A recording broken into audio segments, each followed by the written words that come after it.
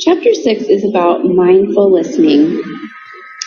And we talk about listening in this class because that's really a huge part of the process of communicating with someone, is really paying attention to what the other person is saying. So we've been focusing on our own communication skills for the last couple of chapters. So in Chapter 6, we're going to be talking about how we can be better at interpreting what someone else is saying and being able to respond appropriately and remember things and listening carefully when someone else is trying to communicate with us. So the idea of listening is more than just hearing. Hearing is just the sound waves coming into our ears, and then listening is more of the process of hearing those words and then understanding them and doing something with them, interpreting them, or acting on them. So this Chinese symbol for listening involves the ears, but also the eyes and the heart. So we know that there's emotion involved, and it's more of an active kind of process. So the listening process involves mindfulness, physically receiving the message, and then selecting and organizing the material. Then it's interpreting, responding, and remembering. So when we talk about mindfulness, that's just the idea that we are giving it the effort, that we're going to take all of these things that we're about to learn in Chapter 6, and we're going to put forth the effort to do all of those things that we're trying to do. It's kind of this big picture of being a good listener.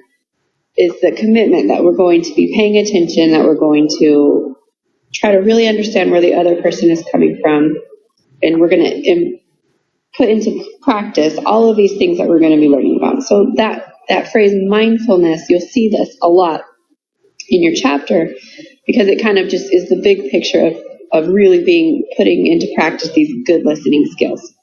Okay, so the second step is physically receiving the message. So that's just the sound waves like we talked about. Some of the problems that we might have with actually physically receiving the message would be, if it's too noisy, or maybe someone has a hearing impairment, something like that. And then we select and organize the material. So selection, as we talked about in a previous chapter, is that we're going to decide either consciously or unconsciously what we're paying attention to, and then we organize it into categories that make sense to us. Then we interpret the communication. So we decide what it means. We're assigning it a meaning of what is that other person trying to say. Then we respond.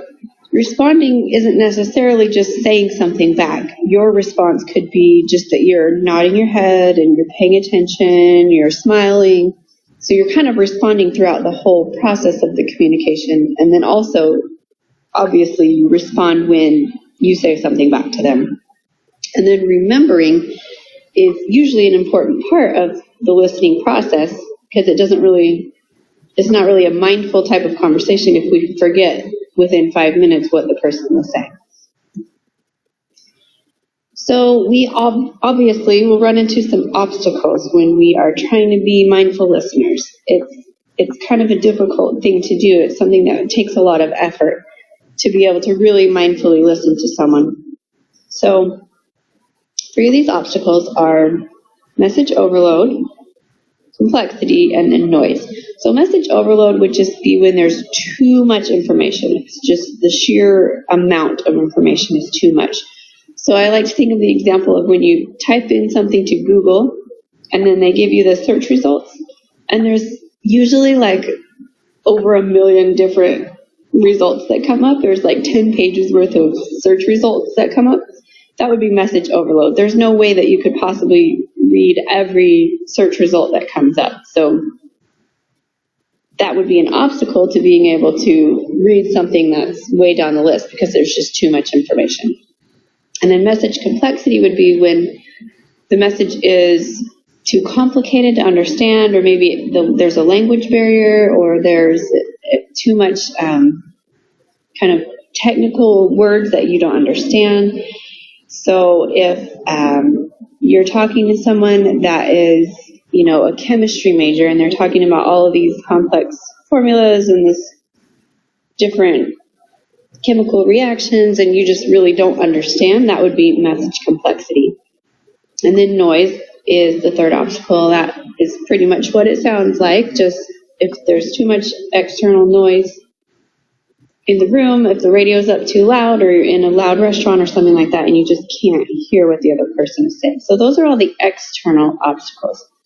So then we'll talk about some internal obstacles. So these are things going on within our own selves that are preventing us from really being able to listen to the other person. So the first one is preoccupation.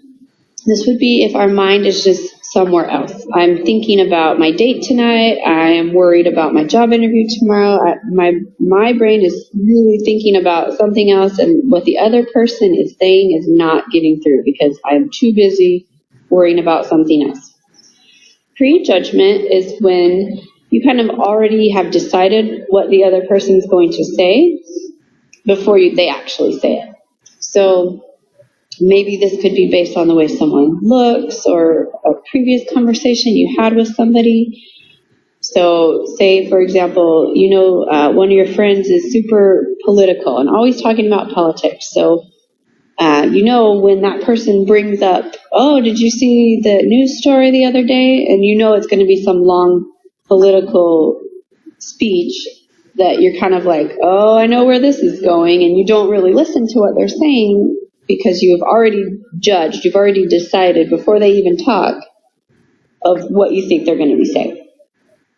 Okay, and then the next one is reacting emotionally. So a lot of times when someone says something, like it can trigger an emotion, and if they're using some loaded language, then that can, really trigger that response that either makes us really angry or it makes us really sad, and then it's hard to pay attention to what someone's saying once those emotions start flooding you. It's hard to put that aside and be able to listen for exactly what they're saying. So if someone starts off a conversation with, saying something really rude or something that's one of those kind of emotionally charged words, then our emotions get the best of us and we can't pay attention to what they're saying. Lack of effort would just be kind of what it sounds like there. It's pretty self-explanatory. Maybe I'm just really tired and I've had a long day and my husband's trying to tell me all about what happened at work and I'm like just not even paying attention because I don't care. I'm tired. I just want to put my feet up and I don't want to hear what he has to say, so I'm not even trying.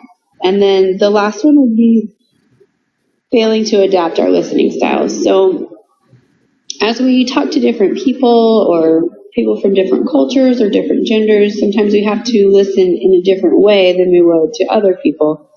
So it's just a good idea to kind of think about what the other person is saying and to be able to kind of change how we might react to that person. So for example, some people want you to solve their problem. They're coming to you with a problem and they want a solution, whereas someone else might come to you with a problem and they really just want you to listen and show support and be there for them, but they don't want you to fix the problem. So being able to adapt to that kind of different strategies of listening based on the situation.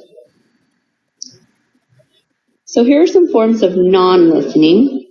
Pseudo-listening is when it kind of looks like you're listening, like you're paying attention. This probably happens in class sometimes when you are sitting there, you're being quiet, you're not on your phone, you're really looking at the teacher, but you're daydreaming or something, in your mind is just somewhere else. You're not really paying attention.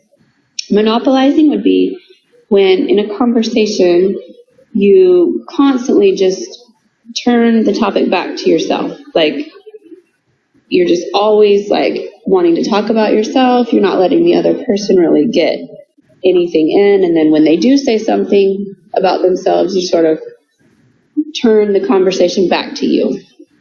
Selective listening, I think this is something that is common with parents of teenagers, and people will say, oh, my son or daughter has selective hearing. So you're only listening for the information that benefits you or that you want to hear. So Say, for example, in class, I'm giving this long lecture and talking about all these things, and then I say something about extra credit, and everyone starts to, really pay attention because they want to know about the extra credit. So that would just be selective listening, is only listening for the things that you want to hear or things that would benefit you. Defensive listening is when a person just is assuming the other person has a negative intent. So that word defensive is like when we kind of get like, people will say like, you don't need to get defensive about it. Like you feel like someone's attacking you, but when really they aren't necessarily attacking you. So the example that they give in the textbook is with the cake. If you read with Thelma and Louise, I don't remember how it goes. Thelma makes Louise a cake, I think, and she says, "Oh, thanks so much. That's so sweet.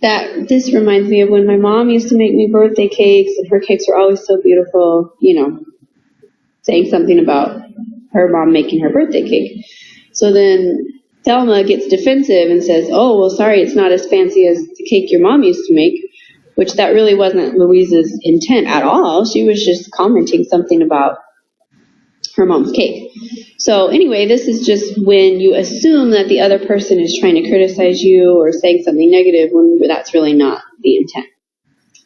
Ambushing is kind of different from the others because in ambushing, you really are paying attention to what the other person says. Like you're really concentrating and listening to try to get their message. But it's for the purpose of being able to then go on the attack and say something against what they're saying. So I'm listening to your conversation just for my own purpose of just waiting, and then as soon as I hear what I need to hear, I'm going to pounce and say, "Oh, you only said that because, such and such." The example that they give in the book is a wife is telling her husband about her shopping trip and how she bought a new dress. And he's listening to everything she's saying. He's not just tuning her out. He's listening, but he's listening for a specific thing. So when she says, "Oh, I spent about $100, then he jumps on the attack and says, "Oh, why'd you spend so much money?" And he was really only listening for the purpose of being able to then attack her.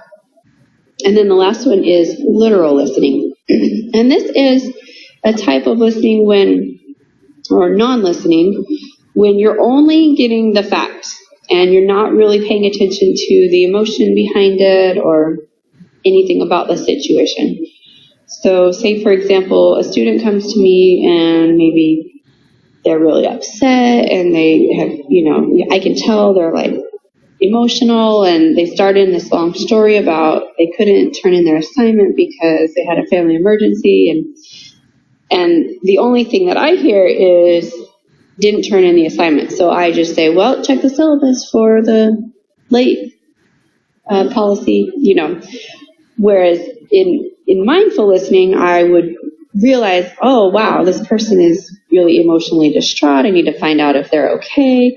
That doesn't mean that I would necessarily just give them whatever 100 on their assignment, but I would at least find out where they're coming from and try to be more emotionally in tune with that person. So we can adapt our communication based on the goal. So what are we trying to get out of this conversation or this interaction? And then based on that goal, we can kind of change how we listen. So the first goal would be just listening for pleasure.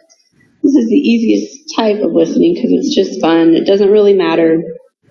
Maybe you're just watching a TV show that's just fun, and it's your favorite show, and you're just watching it for pleasure. So you don't really have to remember anything. You don't have to interpret anything. It's just for fun. Then the second type would be listening for information.